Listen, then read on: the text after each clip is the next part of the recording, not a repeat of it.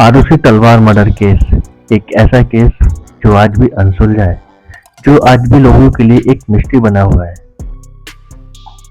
इस केस के पीछे पूरे देश की मीडिया लगी हुई थी। ये केस हर एक की जुबान पे था। हर कोई जानना चाहता था आखिर आरुषि का मर्डर किसने किया। यह मर्डर 15 मई 2008 को हुआ था। इस मर्डर में 3 मेन किरदार थे: राजेश तलवार, आरुषि तलवार और उसका एक नौकर हेमराज। इन्वेस्टिगेशन ऑफिसर जो इस केस को लीड कर रहे थे, उन्होंने बताया कि यह मर्डर किसी और ने नहीं बल्कि राजेश तलवार ने ही किया है। उन्होंने अपनी इन्वेस्टिगेशन थ्योरी में यह बताया कि राजेश तलवार ने उसके नौकर हेमराज और आरुषि को कुछ ऑब्जेक्शनल पोजीशन में देख लिया था, जिसके बाद राजेश तलवार गुस्से से पागल हो गए। उन्होंने अपने गोल्फ सेट से एक गोल्फ क्लब निकाला और हेमराज के पीछे से उसके सिर पे मारा। वे उसके सिर पे जोर जोर से गोल्फ क्लब से वार करने लगे। जब इस वक्त ऑब्जेक्शन आरुषि ने उठाया तो वे उससे आरुषि को भी जोर जोर से पीटने लगे। इसी शोर की आवाज़ सुनकर उनकी बीवी बराबर वाले कमरे में सो रही थी और वो इस शोर को सुनकर वहां पर आ गई। राजेश तलवार की बीवी नुपुर तलवार भी इस दृश्य को देखकर सदमे में आ गई। लेकिन जब उन्होंने अपनी बीवी नुपुर को पूरी बात बताई तो भी वह उनकी बातों पर, जब राजेश तलवार की पत्नी नुपुर तलवार ने यह दृश्य देखा तो वो शौक हो गई। लेकिन जब राजेश तलवार ने उन्हें पूरी बात बताई तो वो उनकी बातों में आ गई। दोनों राजेश तलवार और नुपुर तलवार इसके बाद क्राइम सीन को कवर करने में लग गए।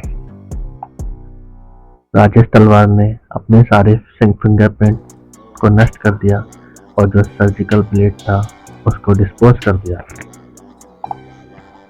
इन्वेस्टिगेशन ऑफिसर जो इस टीम को इस केस को लीड कर रहे थे, उन्होंने बताया कि मर्डर करने के बाद राजेश तलवार ने बैठकर विस्की पी।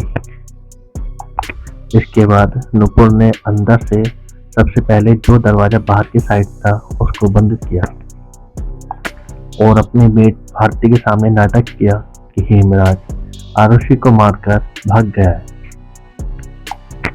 इन्वेस्टिगेशन ऑफिसर के मुताबिक आरुषि तलवार और इन्वेस्टिगेशन ऑफिसर के मुताबिक राजेश तलवार और नुपुर तलवार ने बहुत प्लानिंग के साथ ये सब काम किया। लेकिन उन्हें ये नहीं पता था कि कानून के हाथ बहुत लंबे होते हैं। ये दोनों ये नहीं जानते थे कि उन्होंने जो लाश कूलर के नीचे हेमराज की छुपाई थी वो पुलिस को मिल जाएगी। इन्वेस्टिगेशन ऑफिसर के मुताबिक राजेश एक खतरनाक खूनी था। इन्वेस्टिगेशन ऑफिसर जो इस केस को लीड कर रहे थे, वो इन सब के आधार पर इस केस को इन्वेस्टिगेशन ऑफिसर जो इस केस को लीड कर रहे थे, वो इस केस में चार्जशीट दायर करना चाहते थे। लेकिन सीबीआई ऑफिसर जो अरुण कुमार थे, उन्होंने उन्हें ऐसा करने से रोक दिया just because of lack of evidence, क्योंकि नुपुर तलवार और राजेश तलवार के लाई डिटेक्टर और नार्को टेस्ट में ऐसा कुछ नहीं मिला था जो ये साबित करता था कि राजेश तलवार ही खूनी है। ना ही उस गोल्फ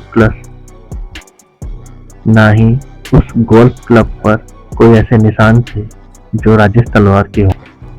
इन्वेस्टिगेशन ऑफिसर जो इस केस को लीड कर रहे थे, वो राजेश तलवार और नुपुर तलवार के खिलाफ एक चार्जशीट दायर करना चाहते थे।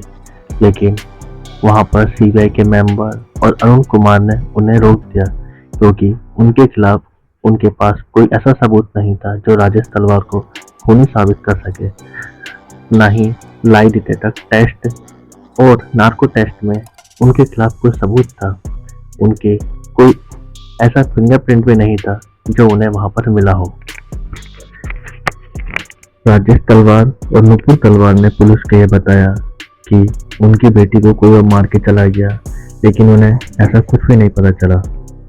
लेकिन पुलिस को ये उनकी थ्योरी रास्त नहीं आ रही थी कि ऐसा कैसे हो सकता है कोई उनकी बेटी को मार के चला जाए, उन्हें जरा सा भी शोर की आवाज न आए। तब इस पर राजेश तलवार और नुपुर तलवार ने उन्हें बताया कि उनके घर में एक एसी लगा हुआ है जो कि काफी पुराना है और बहुत ज्यादा आवाज करता है। उसी आवाज के कारण उनके कमरे में कोई भी आवाज नहीं पहुंच पाती है। पुलिस ने इसकी तहकीकात करने के लिए जब उनके कमरे में गए तो उन्होंने सच में यह पाया है कि जो एसी था उसके कारण वहां तक कोई भी आवाज नहीं पहुंच रही थी। फिर अरुण कुमार इन्वेस्टिगेशन ऑफिसर ने इस केस को री इन्वेस्टिगेट किया और उन्होंने देखा कि 3 लोग जो इस केस से जुड़े हो सकते हैं उन्हें हिरासत में ले लिया। ये 3 लोग शंभू, राजकुमार और कृष्णा थे। इन्वेस्टिगेशन ऑफिसर ने इन तीनों पर नार्को टेस्ट किए क्योंकि कृष्णा जो राजेश तलवार के क्लिनिक पर काम करता था वही एक ऐसा शख्स था जिसने पुलिस को आरुषि तलवार और हेमराज के संबंध के बारे में बताया था। जब कृष्णा का नार्को टेस्ट हुआ तो उसने पुलिस को जो भी बताया ये सब पुलिस के लिए बहुत ही आश्चर्यचकित था। कृष्णा ने पुलिस को बताया कि हेमराज ने नेपाल में नया घर लिया था जिसकी खुशी में उसने उन तीनों को विस्की की पार्टी दी थी। फिर शराब के नशे में जो राजकुमार आरुषि को पसंद करता था वो उसके कमरे में गया और उसने आरुषि के साथ जबरदस्ती करने की कोशिश करी। उसके पीछे पीछे शंभू और कृष्णा भी आ गए थे। जब राजकुमार ने आरुषि के साथ जबरदस्ती करने की कोशिश करी तो आरुषि चिल्लाने लगी। इस पर राजकुमार ने आरुषि के सर पर खुखरी से वार किया जिससे उसकी वही मौके पर मौत हो गई। क्योंकि हेमराज इसका गवाह था इसलिए उन्होंने हेमराज को छत पर ले जाकर उसी चाकू से उसका भी गला काट दिया और उसकी बॉडी को कूलर की ग्रिल के नीचे छुपा दिया। जब राजकुमार और शंभू का नार्को टेस्ट हुआ तो उनके नार्को टेस्ट में भी इससे ही कुछ मिलते जुलते कहानी नजर आए, लेकिन पुलिस को अभी भी कुछ खटक रहा था। इसमें उन्होंने कृष्णा के घर की तलाशी ली जिसमें वहां पे उन्हें खुखरी भी बरामद हुई। तब पुलिस की टीम ने राजेश तलवार को रिहा कर दिया और इन तीनों को गिरफ्तार कर लिया था। इसलिए लेकिन इसमें पुलिस को कुछ दिक्कतें आई क्योंकि पहले जो नार्को टेस्ट होते थे वो कोर्ट से एडमिसिबल नहीं होते थे, तो इस थ्योरी को कोर्ट में एज ए प्रूफ के रूप में प्रस्तुत नहीं किया जा सकता था। दूसरा, कृष्णा की फैमिली ने पुलिस को यह भी बताया कि जब आरुषि का मर्डर हुआ तो कृष्णा उस समय अपने घर में था और जो खुखरी पुलिस को कृष्णा के घर से मिली थी उस पर भी ऐसे कोई ब्लड के निशान नहीं लगे हुए थे। जब इन्वेस्टिगेशन ऑफिसर अरुण कुमार ने चार्जशीट को कोर्ट में दाखिल किया तो उनकी इस चार्जशीट को रिजेक्ट कर दिया गया क्योंकि उनकी इस चार्जशीट में सबूतों का अभाव था और उन पर शंभू मंडल को मारपीट कर जबरदस्ती करके टॉर्चर करके इस जुर्म को कबूल करने का आरोप भी लगाया गया था।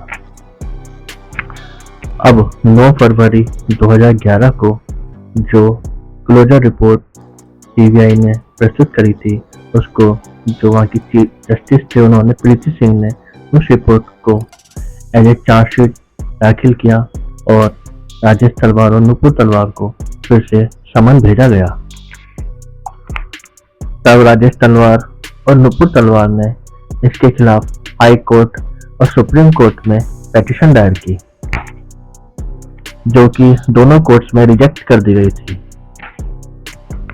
तब एक बार फिर से 25 मई 2013 को फिर एक बार फिर से 11 मई 2025 को राजेश तलवार और नुपुर तलवार का ट्रायल शुरू हुआ। फिर कोर्ट ने 25 मई 2013 को उन दोनों को आरुषि मर्डर केस में दोषी करार दिया गया और उन्हें उम्र कैद की सजा सुना दी गई। लेकिन 14 जनवरी 2014 को राजेश तलवार और नुपुर तलवार ने इस डिसीजन को इलाहाबाद हाई कोर्ट में चैलेंज किया और 12 अक्टूबर 2017 में इलाहाबाद हाई कोर्ट ने लैक ऑफ एविडेंस की वजह से उन्हें सारे चार्जेस से फ्री कर दिया। ये एक ऐसा केस बन गया जो आज तक इसे कोई भी सॉल्व नहीं कर पाया और आरुषि और हेमराज को आज तक न्याय नहीं मिला।